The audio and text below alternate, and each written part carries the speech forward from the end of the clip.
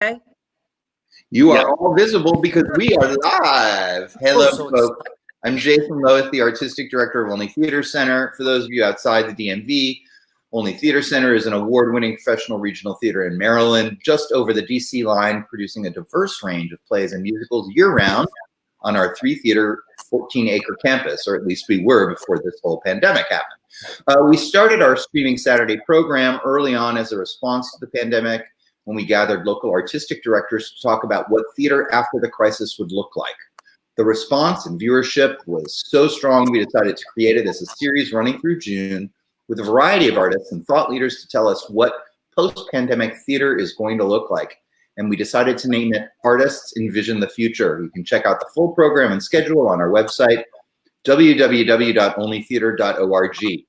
We started talking to our primary storytellers, playwrights, and today we move on to the ones who share their stories directly with you, the actors you see on stage and the stage managers who make it happen every night.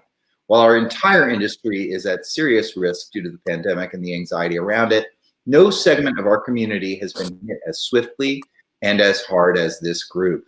So today we've got an hour conversation with 5 amazing actors and stage managers who can shed some light on this moment, all of whom make their living primarily in the DMV as actors and stage managers. After some conversation and future casting, we'll open up to questions, which you can ask by typing in the chat field on the right of your screen. I am now proud to introduce our amazing conversationalists now. Dylan Arredondo is a DC-based Latino-Japanese theater maker originally from Vegas. For an early career professional, his acting credits demonstrate a seriously wide range of talents and interests, from legendary avant-garde venues like La Mama Experimental Theater and Dixon Place in New York, to the more conventional DC's Theater J, among others, from London's Jermyn Street Theater to the National Players here at Olney, where he was part of our 69th annual tour. You will see him soon at Olney, God willing and the Creek Don't Rise, as Cogsworth in Beauty and the Beast, directed by Marsha Milgram Dodge, and you can learn more about him at dylanarredondo.com.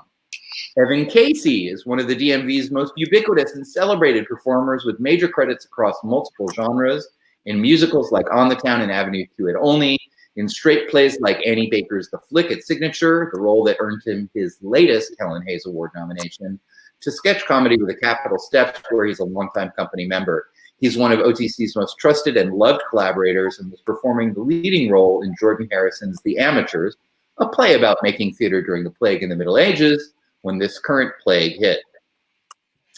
Currie was stage managing Signature Theater's sold-out production of the world premiere Easy Women Smoking Loose Cigarettes by Danny Stoller when the pandemic hit and halted her performances. Along with Signature and Theater J, Only Theater Center is one of Karen's longtime artistic homes.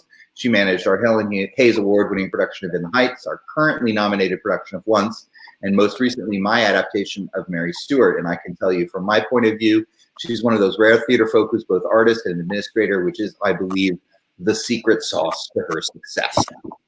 And if I knew the secret sauce behind Jade Jones' meteoric rise, I'd bottle it and make $1 gazillion. She burst onto the DMV professional scene 6 short years ago and rose rapidly through the non-equity and ensemble ranks to find herself the possessor of a very rare achievement. This year, concurrent Helen Hayes Award nominations for outstanding performance in both a play, Roundhouse's Schoolgirls, or the African Mean Girls play, and a musical, Ford's Theater Into the Woods, for her star turn as Little Red Riding Hood. She'll be starring in OTC's production of Beauty and the Beast as Belle, after which she'll be next seen winning a Tony or Academy Award, unless we can keep her in the DMV. And very, very, very lucky, the Fourth of Nature, otherwise known as Tracey Lynn Olivera, has called the DMV home since she earned her Bachelor of Music in Vocal Performance at Catholic University.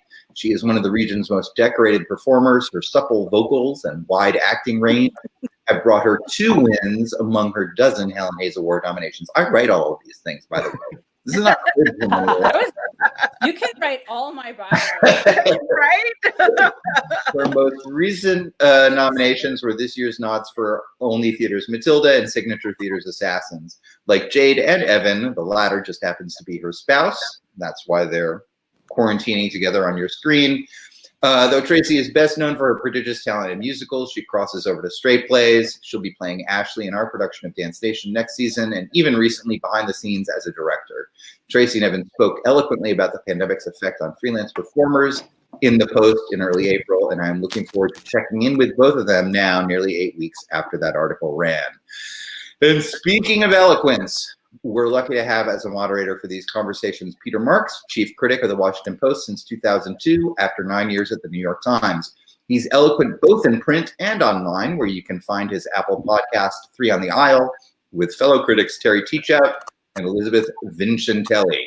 He has chaired the Pulitzer's drama jury 4 times and even shared one Pulitzer for himself for his reporting at Newsday. And I said this a couple of weeks ago, it bears repeating. Like any drama critic worth their salt, Peter knows as much about the political and cultural forces buffeting our country as he does about the theater. And if you don't believe me, check out his Twitter feed at Peter Marks Drama. With that, Peter, I will go away, come back in 45 minutes or so. Have a great time. I'm off to the bar. Thank you, Jason. Jason Lowith has another career ahead of him as a voiceover at the Miss America pageant. I think it just flows out of him. Don't you see it? He's auditioning, I think, for that role. Anyway, welcome to you out there in digital land to day 78 of the home version of Big Brother that we're all playing along. We're happy to have you with us with this glorious group of artists, and I'm dying to talk to them because I have to say that actors are among my favorite humans on the planet. I never tire of seeing great work on a stage. I have seen 4 of these wonderful people do great work, and I know that Karen is backstage often telling them to do great work or how they should. So it's a complete picture. And how great it was for only to include stage managers in this panel, because sometimes the unsung heroes that even critics don't write about or get to write about very often are the people who, and I have watched stage managers in action from the vantage point of their perch backstage, and always marveled at what they do. So thank you. We all have a beverage of our choice with us. I think everyone's got theirs. So please, out in digital land, join us in this hour of conversation about where this business is at this point and what these artists are doing and not doing at the moment. And I just wanted to start by asking Jade Jones, who was in the midst when this all stopped, of appearing in a wonderful production at Shakespeare Theater Company. And maybe you can tell everybody a little bit about the Amen Corner from the vantage point of someone who was it was picking up steam and then suddenly had to just stop dead. I mean, what kind of emotional experience is that to sort of have that adrenaline just sort of stopped suddenly? Yeah, sure. First of all, can you guys hear me? Yes, we can hear you. Wonderful, great. Yeah, it was pretty surreal. I mean, honestly, if somebody would have told me last year that this was all gonna happen, I would have told them to shut up. It's crazy. It was very surreal. The thing about the Amen Corner, it was such a great show, and we really became a family, the entire cast. And when it closed, we actually only had about 4 shows left. So we were actually in our final weekend when we had to come to an abrupt halt. But I was also, personally for me, I was very excited because I was starting Much Ado About Nothing the following week at Shakespeare. So I didn't have time to say goodbye to the building, and I thought I had 3 more months to do that. So that kind of was painful for me. Yeah. Evan, you were in the midst of The Amateurs at Signature, which is a play about the plague. So it was a doubly kind of ironic to have a plague stop your plague play. The Amateurs at Olney. But what did I say? Signature Olney, correct? Yeah, sorry, forgive me, Olney.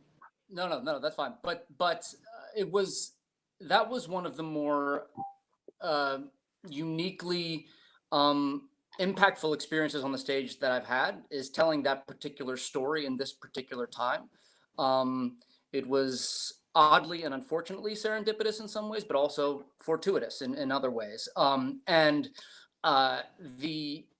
particularly whoever, I'm not sure if anyone knows the play or the opportunity to see the play, but there's a section in the second act where my character, who has become the playwright and sort of breaks the fourth wall to directly address the audience, talks about basically what does art mean for us in times of crisis and how do we respond to it? And it took on a whole new meaning in that last week of 2 weeks that we had to run.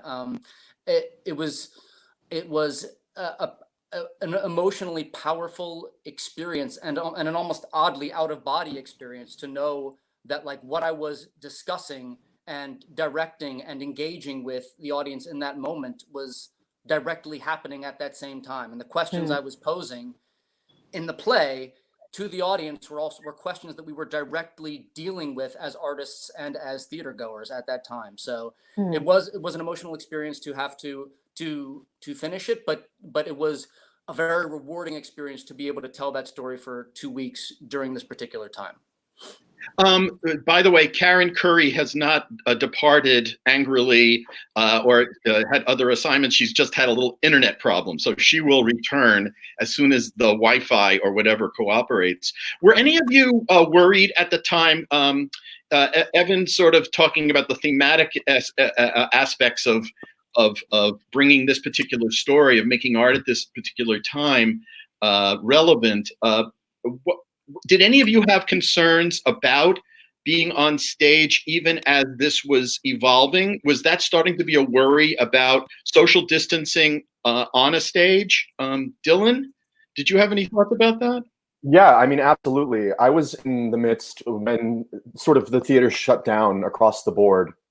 I was in the midst of 4615's production of Museum 2040, which was immersive that weekend. And I was playing a politician, and so a part of the immersive aspect is, this person who has the objective to shake the hand of every single person in the room, and quickly, like the physical language of this character in that situation had to totally be upended and I think reconceived, even in like the final week of shows as this started to progress.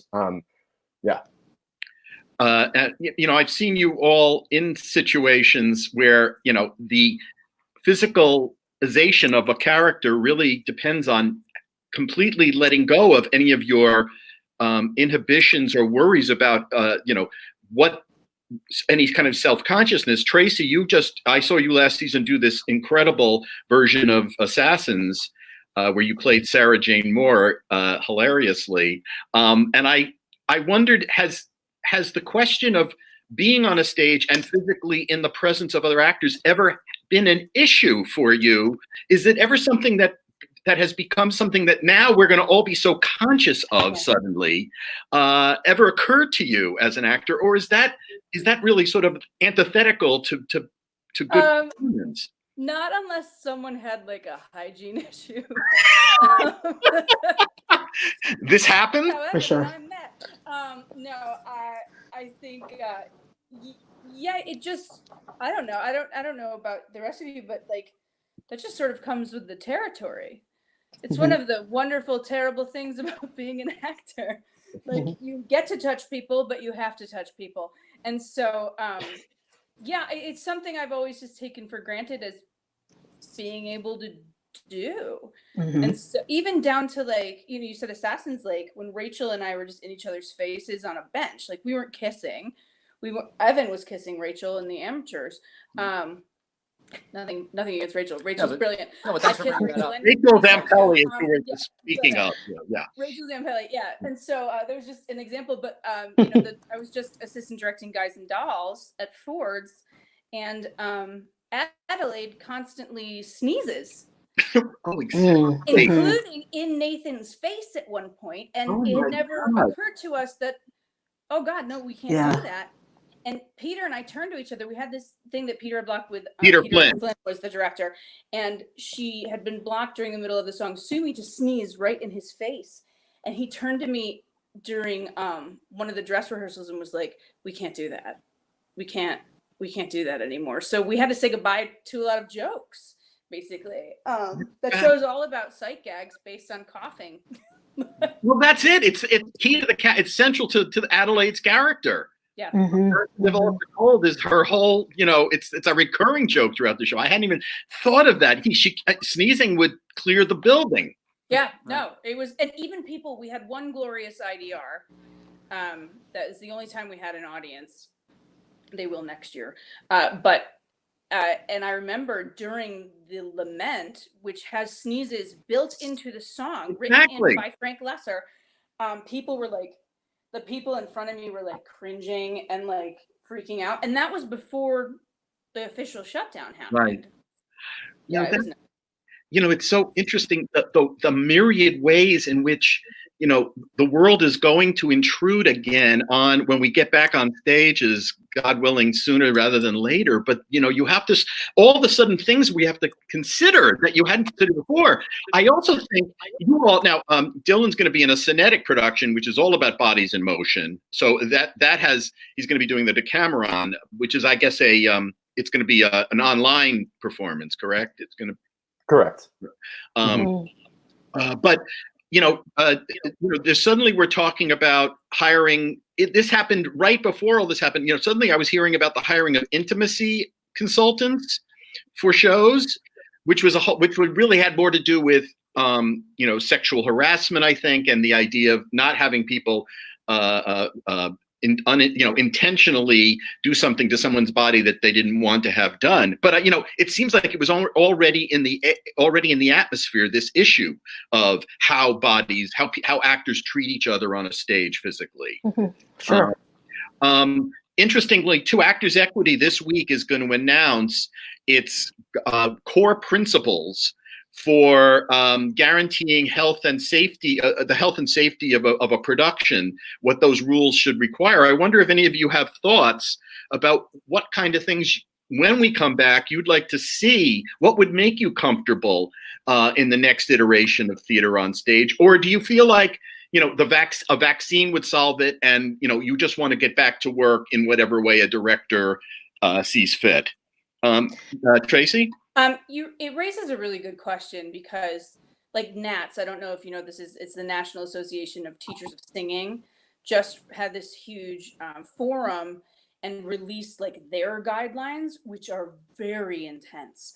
And through all these discoveries that singers are what they call super spreaders. Yes. Meaning like while singing, they can spread something up, like their spit will be present in the air for 26 feet. Right. And so before that study came out, I would have been like, it'll be fine. We'll just, in 6 months, we'll just go back to business as usual. But then I read that and I was like, this is much worse than we thought it was. Right. But I read that like choruses are about the worst. Choirs are absolutely sure. Close proximity. Yeah, of course. I know that Jade and Tracey and Evan are singers. Dylan, are you also a vocalist? Are you a singer? I wouldn't consider myself a singer, but I'm the resident voice instructor up at Baltimore Center Stage in their teaching department. So I'm more interested in voice of acting and public speaking, but it's definitely the same things that Tracey's mentioned I'm following as well. Well, I know of, I usually sit 4 or 5 rows back, but there are those actors who I would say you would call them spitters. Yeah. You might want to have like, in the front row, you might want to have like one of those, as if it were, one of those flat mats or whatever you call them. Yes. Kind of guard. Some people actually, even in their spoken word, have a tendency to salivate. Is that a concern? I mean, should there be more training for actors who do that, or is that just part of, the way people speak when they project? I think that's part of the way people just speak. Yeah. Like you can't really train people to not drool. Salivate. Yeah. Well, also, I mean, it's also completely counter to the way in which trained actors have been trained to speak. They're trained to enunciate and trained for, heightened diction. So to tell people not to do that, to not, crisply hit their consonants, it's antithetical to theater where your voice is supposed to project all the way to the back of the house. So right. Yeah, yeah. Which I have a question about the technical aspect of performing on stages, especially in DC. Are you now more accustomed in performance to being mic'd than not being mic'd? Evan, yes. Yeah. Is that the norm almost always? Is it also for straight plays as well? It has been. I think I'm the last generation to have regularly done musicals on amplified, because I worked at the Signature Garage. Yeah. And only, I mean, the historic, we were back in my day. But even now, with sound systems in theaters being what they are, and audiences having gotten used to hearing amplified sound, even plays tend to be mic'd. Even at Arena, they're micing plays now, which is, I think Molly said she'd never do it. I might be calling her out right now, but I heard, that's what I heard. Jade, are you always, you have a powerful instrument. Are you always mic'd in musicals? I'd say 9 times out of 10. I think it depends on the house. I've definitely worked in smaller houses where they don't use mics, but like Tracey said, I think people have become accustomed to hearing that amplified sound, and I think pretty much just mic'd. What about in terms of these conditions, and we'll get on to performance, but what about backstage? Is the close quarters backstage going to be an issue? Because most theaters, well, correct me, maybe DC theaters are actually more advanced that way, but having enough space yourself to be able to socially distance, if that's the need. Happening. Everyone is smiling. That would require theaters to build entire new wings.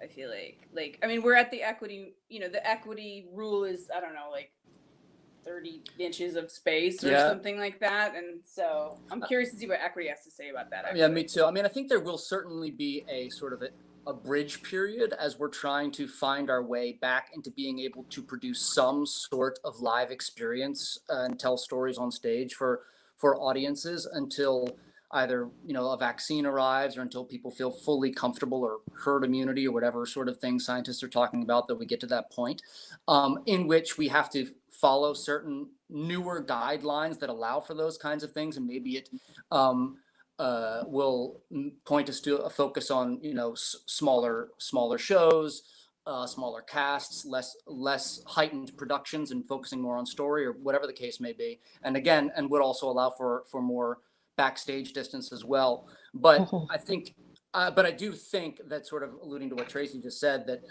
I don't think that's a long-term solution. I mean, and maybe this is me just being a hopeful idealist about theater, but the very nature of theater is that close proximity of space, is being able to engage emotionally with in immediate distance to someone else. And as far as an actor is concerned on stage, it's about letting go of those inhibitions, so that we're not concerned with, and of course you rehearse those things so that everyone is fully comfortable. But once you've reached that place, I can't be worried about, how far the spit is projecting from my scene partner, or, whether or not they've just touched their face and touched my face. So, for the immediate future, maybe we'll have to direct and design plays for that, just so that we can produce something of value in a live experience. But ultimately down the line, I would hope that we can move to a place where we're closer to where we have been, so long as what I do hope that comes out of this is more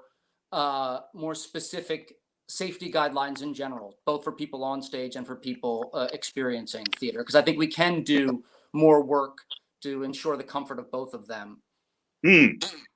Yeah, well, one of the things I love, I've seen you all in large cast productions. One of the glories is seeing, the work of 10 or 12, 15 people on a stage. There's something that's very emotionally fulfilling about those kind of experiencing, watching you guys either be through choreography or just through direction, expressing a piece in ensemble. So I do worry that, that goes away a big part of what makes theater goes away too. So that's a concern. Vicky Pitts Mullen has an interesting question in the live comments section here. We've got people asking questions, and I thought maybe we could, so maybe we could address some of them. But Vicky asks, how can we help kids get through the emotional upheaval of losing a show just before production? So I don't know how much you guys work with high school kids or college. I know you all have backgrounds in theater going back to school. How do you think, and here's Karen Currie back. I'm sorry. That's quite The all right. internet decided to be awful. We talked about you behind your back, Karen. Of course you did. I We expect sat nothing in less. complete silence until you returned. very Sorry slow about go. Any of you guys have advice for like how do parents help a child who has all that build up to being on stage? I remember it in high school, and the letdown happened after the production was over, but now it's before.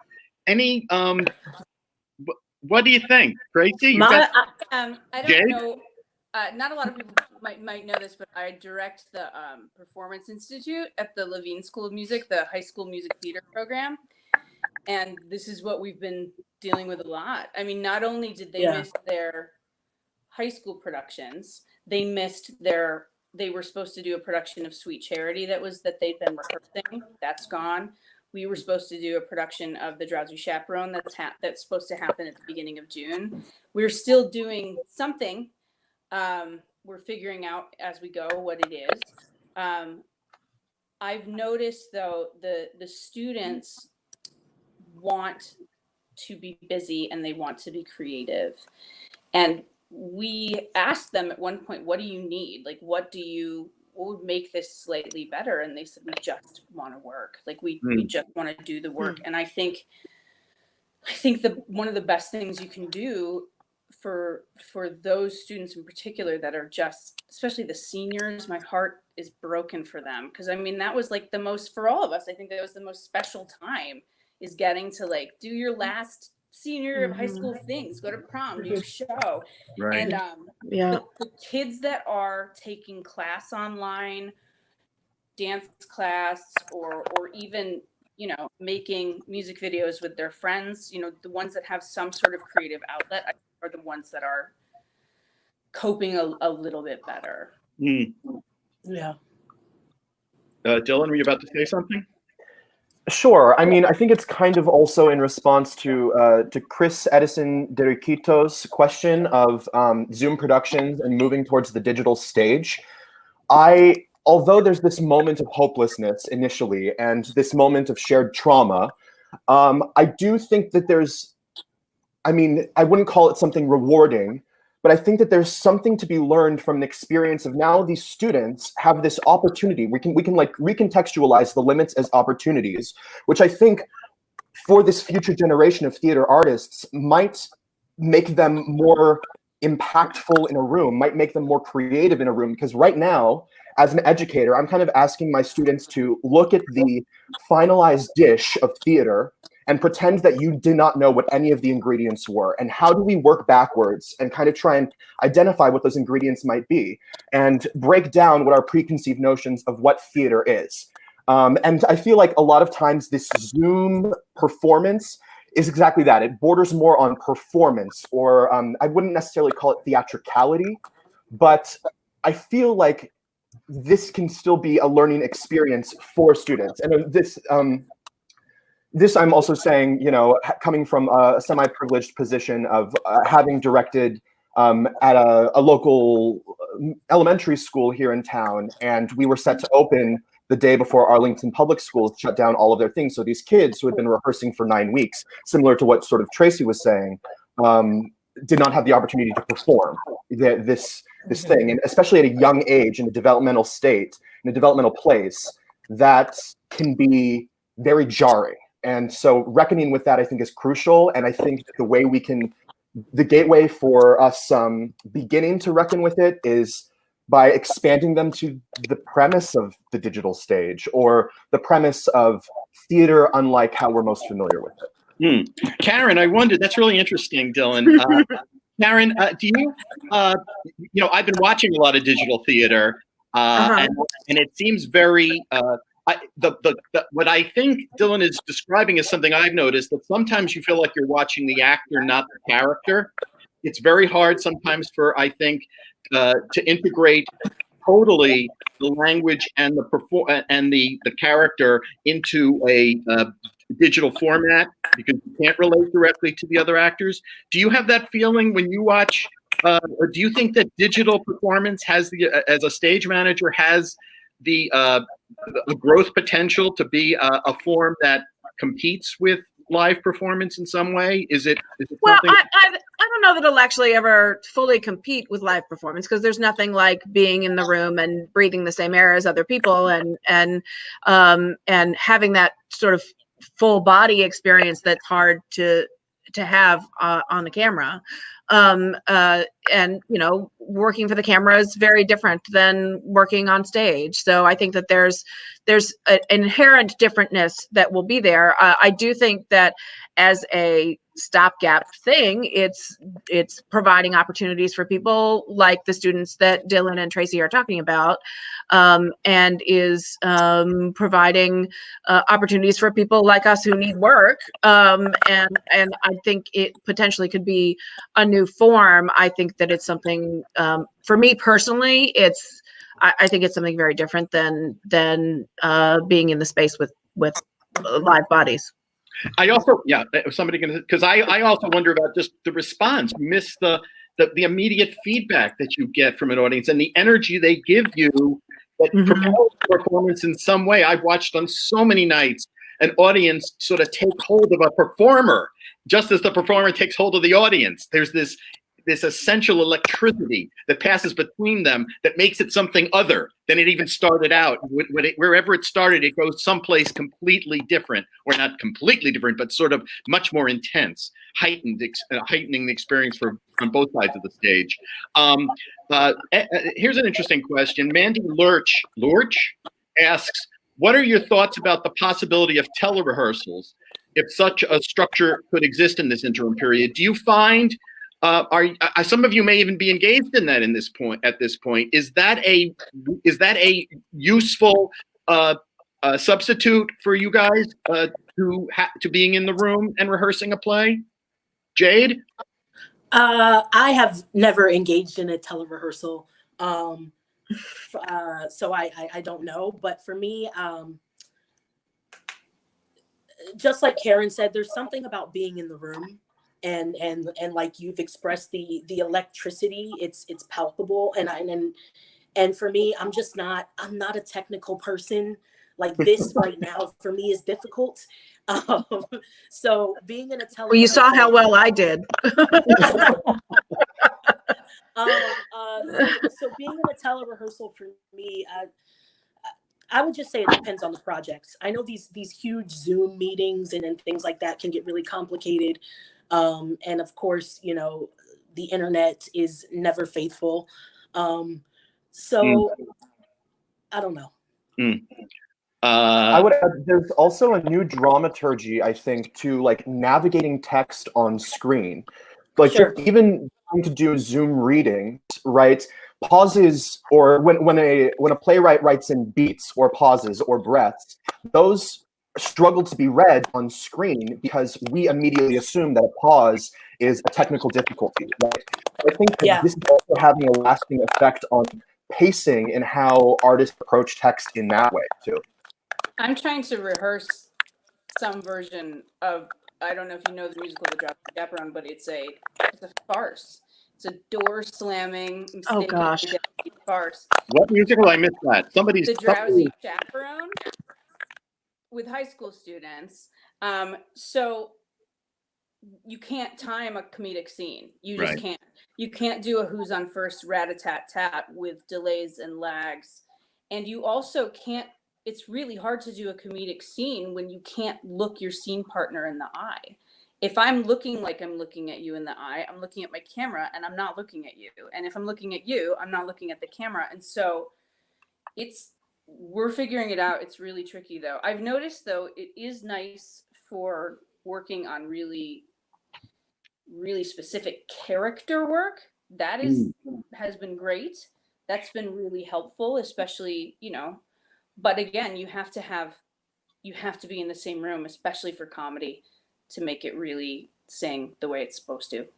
I've been watching I've been following along the rehearsals of a device. Somebody is making.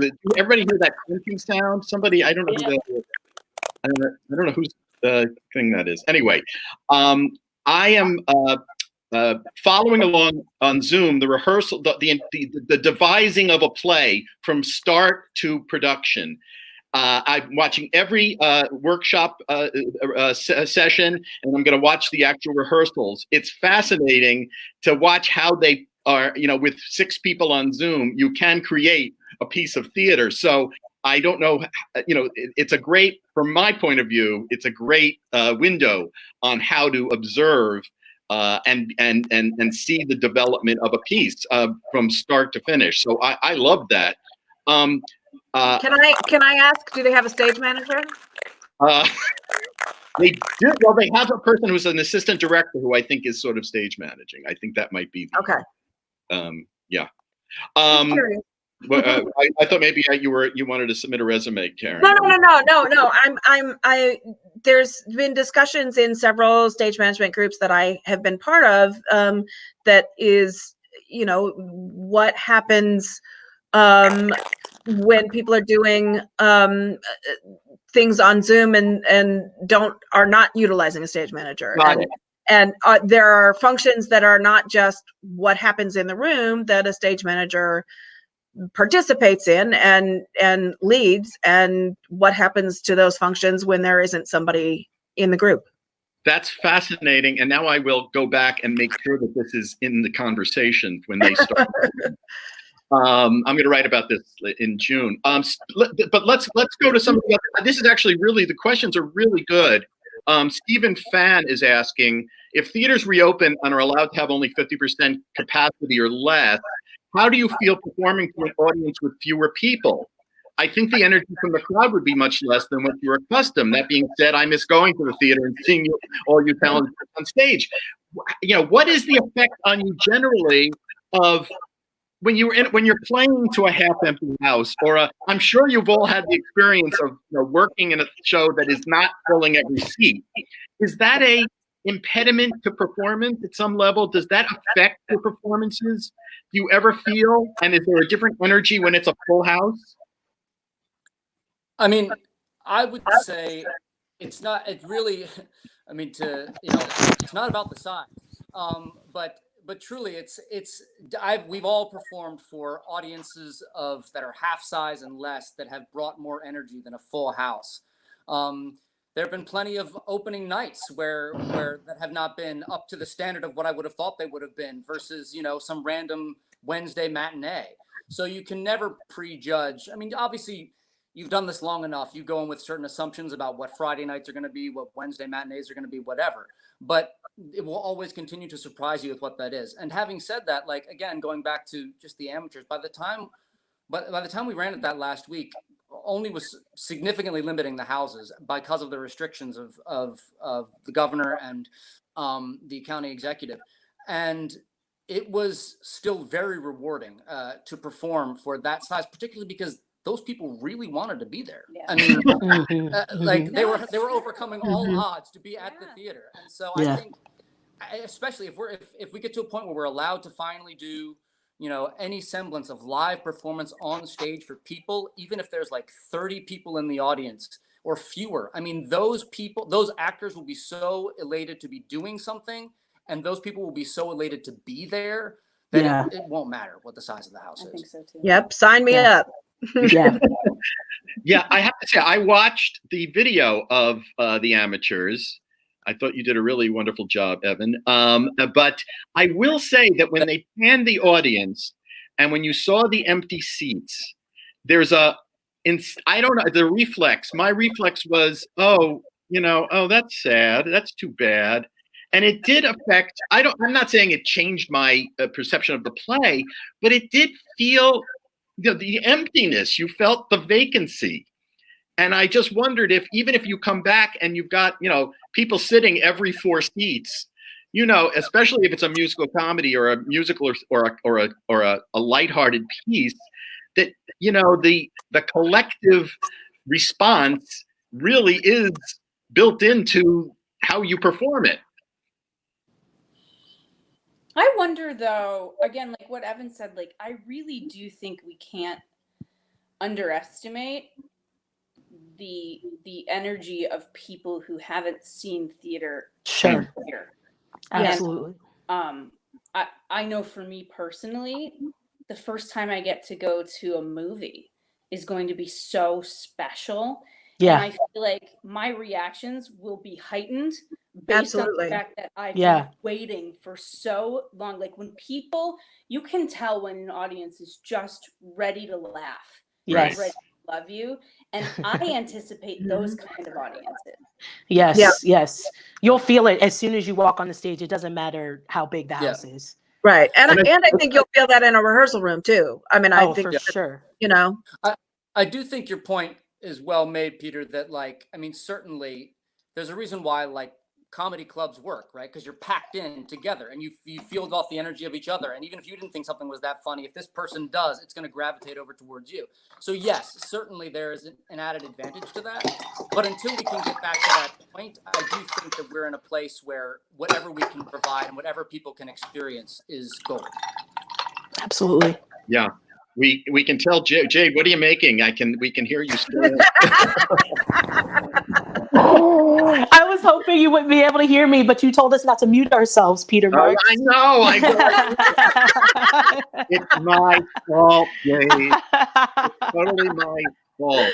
Okay. I do think there's an interest. I do think that that's right. You know, I even think I'll let Dylan speak, but I will say that when the first shows that come back are going to be kind of fortunate in terms of, I think, the critical reception too. I think we're going to be so relieved and so happy to be able to introduce theater back to people that there will be a certain amount of tolerance for things that otherwise, because we become so spoiled and jaded about what we see, that there'll be a little bit of payback to the theater.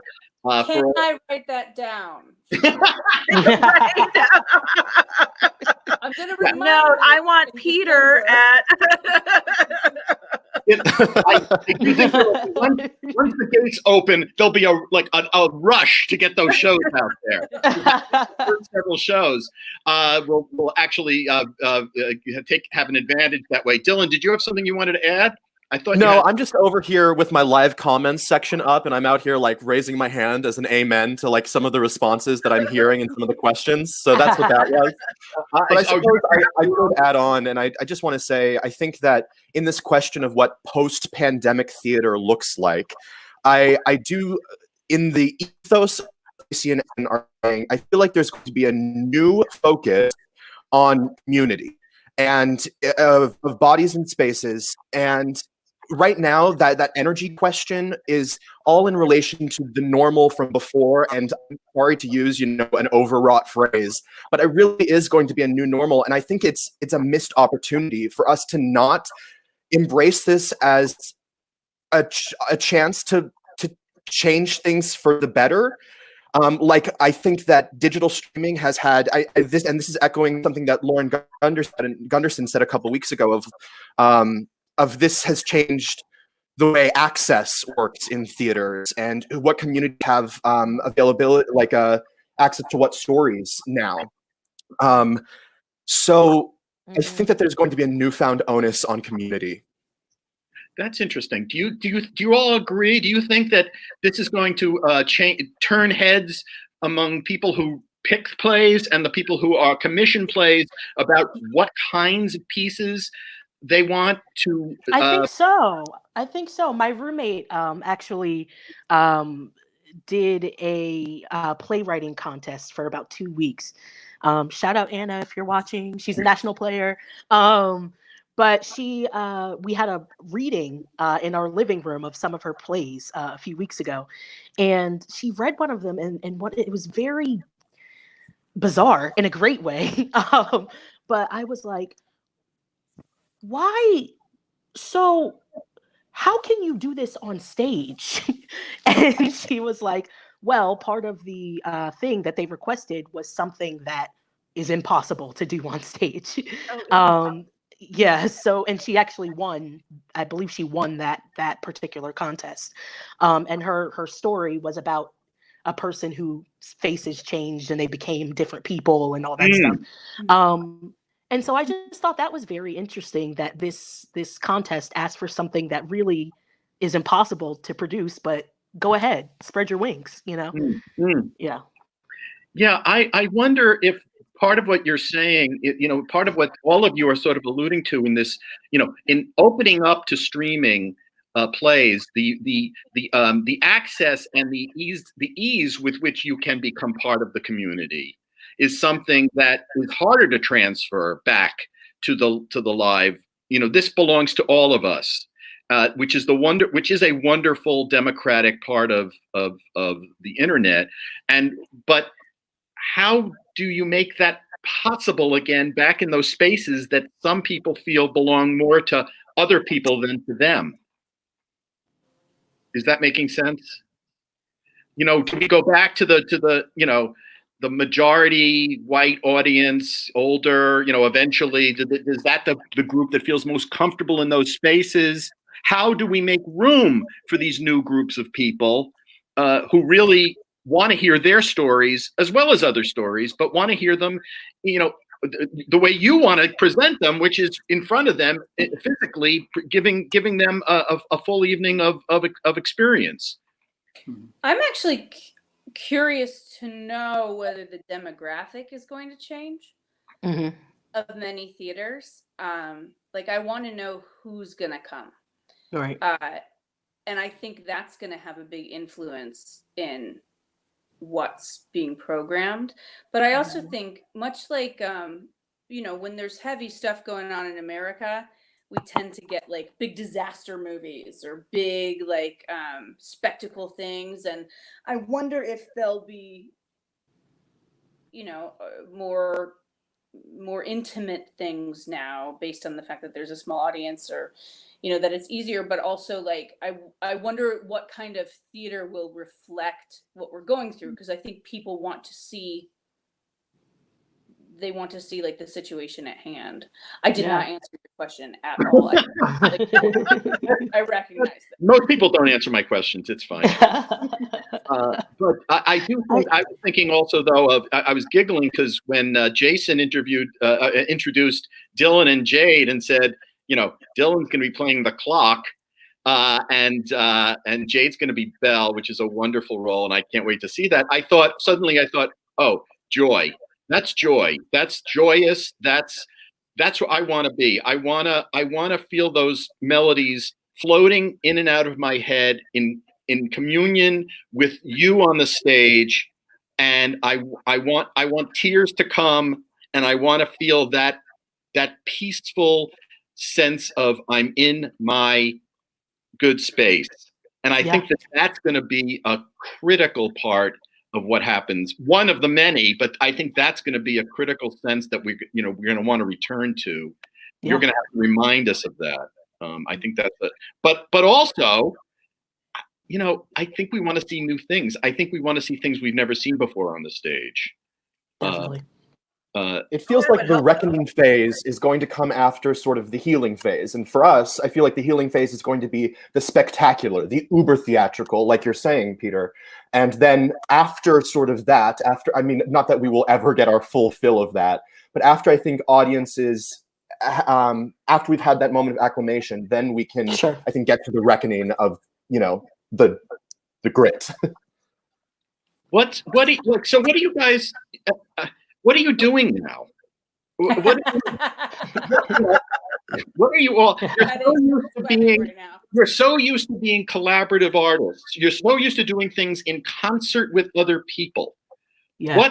Where does that energy go? What are you doing with yourselves? Evan and Tracey, what are you, are you doing little plays for each other? Are you singing in the house?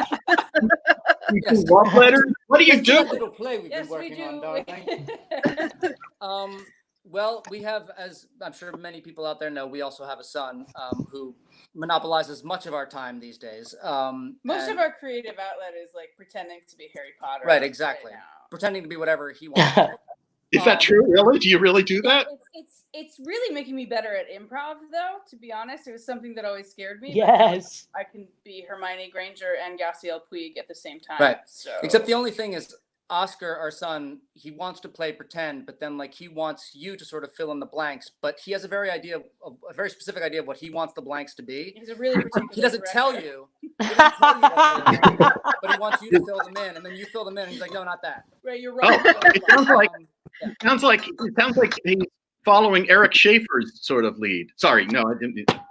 Anyway, Well, just kidding. You said that. Was no, I was kidding, Eric. We've been very busy with just being with each other, and it's as cliched as it is to say it, because we don't know where this will all lead in months, let alone even weeks.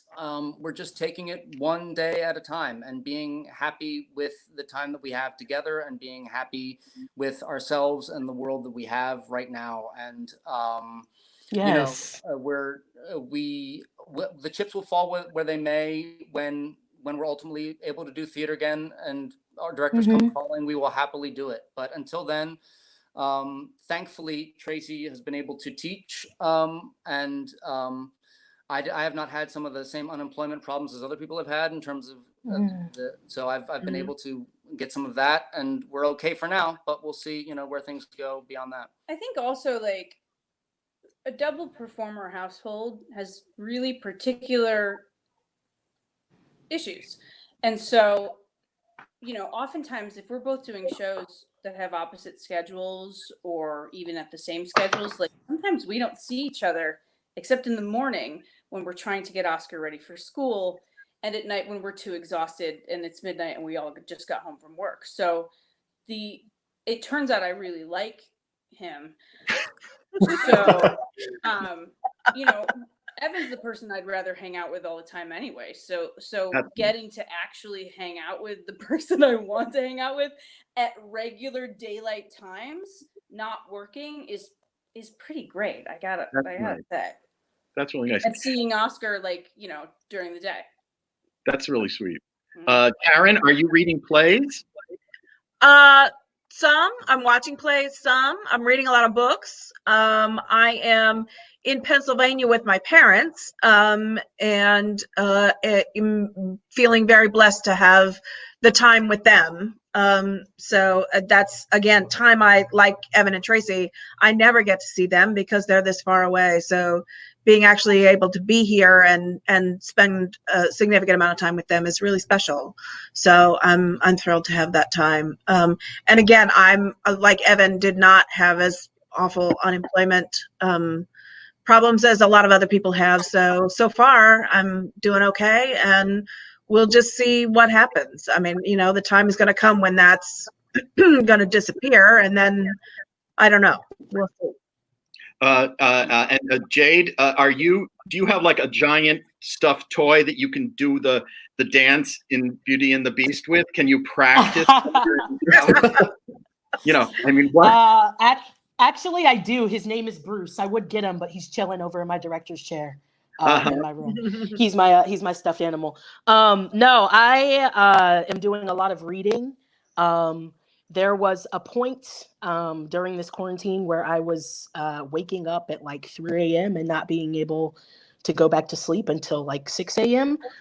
So I started writing, and I got myself a microphone and a bunch of equipment, and now I'm recording music, and I'm exploring a lot of different avenues. I've realized this a long time ago, but I'm really playing with it now. I like to rap, so I'm doing a rap mixtape and seeing how that goes. I will buy doing that. a lot of poetry. I love you, Tracey. Me too. Thank you. Thank you. I need validation. Yeah, but just been doing a lot of that, a lot of meditating, a lot of working on myself, because God, I feel like I've prayed for this time. I feel like I wasn't spending enough time with my family or my friends. I feel like I was very self-indulgent, and I'm just using this time now to just reach out and really figure out the meaning of life. Would you text me when you figure it out, Jade? Because that would help me too. Absolutely. I'm impressed, Dylan. I'm impressed. Like I get like a lot of positivity from this group, to use a term. I'm not getting, poor us. I'm not getting this sense of woe is the acting profession. Well, sorry, if I can sort of add one other thing and this sort of to piggyback off of you, Peter. I think that there's great, as tragic as this whole pandemic is, and as tragically as it has hit our entire community, there is great strength in the knowledge that it has affected all of us. It's, I mean, as unfortunate as it is that it's like literally 100% unemployment for theater artists, there's also power in the knowledge that it is 100% unemployment. It is all of us together. It's not one or two people or a certain swath of people that are on a hard time. We are all in this equalizing together. And so there's some power and love and support in that. Definitely. Do actors like assemble anywhere? How do you all stay in touch? Are you like the rest of us? I know I sound like I'm asking like you're exotic creatures, but do you all are there exercises that you guys get together and do, or are you sort of off on your own in your own sort of spaces at this point? We don't like anyone. Go ahead, Tracey. Yeah. Are you sort of in touch with other? Tracy won't answer a FaceTime. So I think to answer your previous question and to answer this question, I took off my commercial theater helmet like 2 days into this and then put on the independent artist helmet. And I've just been trying to make as much work as possible, similar to what Jade is doing after she sort of went through this training phase, right? And it's a lot of throwing stuff up against the wall, seeing what sticks and what's working. But I really believe that like when we lack the interactivity of shared space, we should start playing with where do we need to bump up the faders elsewhere in the work in order to maintain that electricity. And so how have I been convening with people? I've been calling people up and saying, let's make something. And I launched this little project called Performance Interface Lab, and we've produced 6 shows since quarantine started, since social distancing started, and we're working on 6 more projects. So like, I'm still working with the folks whose minds I want to be collaborating with. That's great. Well, Yes. that is good to know. I'm reassured when I talk to you guys, hearing what you're up to and how you're living through this with the rest of us. And Ed Solomon's comment is loweth in the house. Oh, Ken, you put that on. Oh, you did. That's the cue. Say that Loweth wants to take back. I know. This is I'm sorry. I'm sorry to be wrapping us up because this is an amazing conversation. I wanted to be part of it. I kept yelling at the screen saying, "Oh, I know the answer," and then I found I was muted in the corner and not even visible. So, oh well. But this has been a tremendous conversation. Thank you all.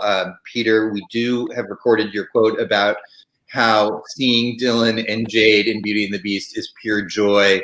We'll be releasing that before we open. Thank you, Jade. Yeah. Speaking of pure joy, I don't know if do you know Evan Ruggiero, the tap dancer that lost his leg to bone cancer in 2010, goes by Lord Pegleg.